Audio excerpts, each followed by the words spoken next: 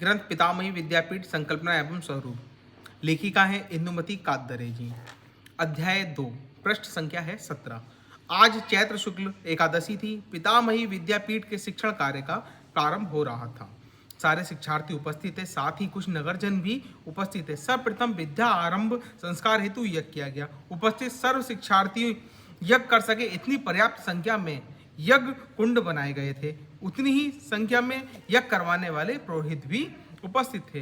यज्ञ लगभग आधा घंटा चला। मुख्य बात यह थी कि यज्ञ के सारे मंत्र हिंदी भाषा में थे। सभी आयु वर्ग के लिए भिन्न भिन्न मंत्र थे। इन सभी मंत्रों की रचना स्वामी विश्व स्वरूपानंद जी ने की थी। हिंदी में करने का कारण यह था कि यह करने वाला सब समझ सके कि वे क्या कर रहे थे।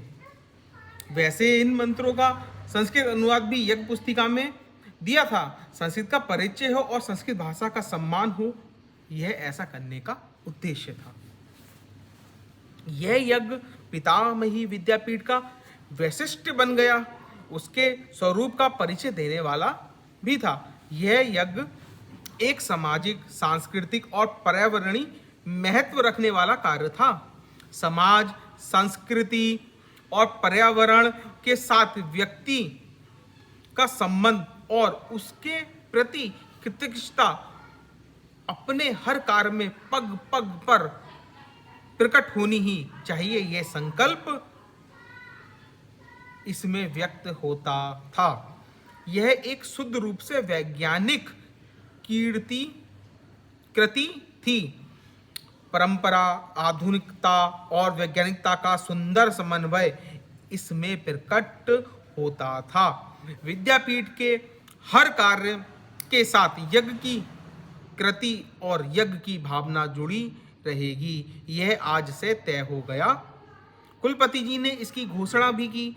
यज्ञ के बाद आयु की अवस्था के अनुसार सारे छात्र कक्षाओं में विभाजित हो गए। सारी कक्षाएं की संख्याएं इस प्रकार थीं। एक बहुत अच्छा सा एक चित्र इसमें दिया हुआ है।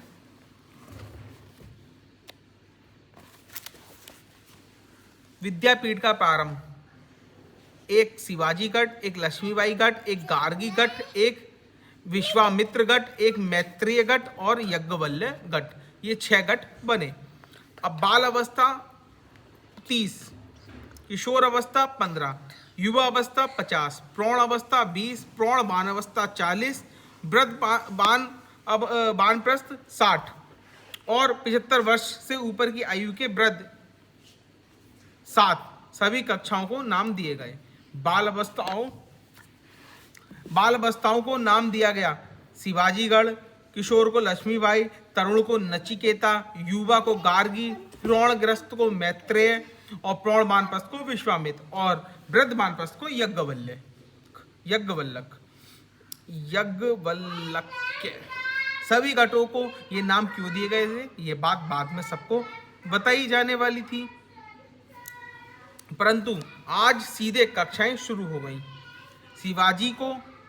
शिवाजी गट को कहानियां सुनाई गई। लक्ष्मीबाई गट को 1857 के स्वतंत्र संग्राम का इतिहास तथा उनमें नाना साहेब पेशवा, तात्या टोपे तथा लक्ष्मीबाई की भूमिका बताई गई। नचिकेता गट को सृष्टि रचना का वर्णन जो उपनिषदों में दिया गया था वह सुनाया गया। गार्गी गट को मंत्रोच्चारण सिखाए गए। मैत्रेय गट को घर में जाने वाली षोडशोपचार पूजा के बारे में बताया गया और यज्ञवल्ल्य गट को धर्म के बारे में बताया गया। वृद्धों की कक्षा स्वामी जी ने ली, मैत्रेय गट को वरदलक्ष्मी जी ने और शेष कक्षाएं अन्य आचार्यों ने ली। दूसरे दिन भी कक्षाएं इसी स्थान पर लगी, परंतु दूसरे दिन पूरे मास का कार्यक्रम बताया गया और यह भी सूचना दी गई कि अब कक्षाएं विभिन्न केंद्रों पर लगेंगी। वानप्रस्थों के सभी गटों की कक्षा विद्यापीठ के मुख्य केंद्र पर ही लगने वाली थी। मुख्य रूप से ये कक्षाएं स्वामी जी तथा वरदलक्ष्मी जी लेने वाले थे। प्रारंभ में आचार्यों ने 2 मास का कार्यक्रम बनाया था। 2 मास के कार्यकाल उन्होंने कक्षाओं का समय अपराह्न 4 से 6 ही रखा था। प्रातः 10 से 12 बजे का समय वर्ष भर के नियोजन के लिए रखा था। प्रतिदिन आचार्यों की बैठक होती थी। यह समय बढ़ भी जाता था, कभी प्रातः 8 बजे से प्रारंभ हो जाता था। घर में भी सभी इसी कार्य में लगे रहते थे और नगरों में भी कुछ विद्वजन मार्गदर्शन के लिए आते थे। इसके परिणाम स्वरूप उन्होंने 1 वर्ष का कार्यक्रम तैयार किया, उसे सार्वजनिक किया और इस नियोजन के अनुसार बने नए पाठ्यक्रमों में प्रवेश हेतु लोगों का आह्वान भी किया।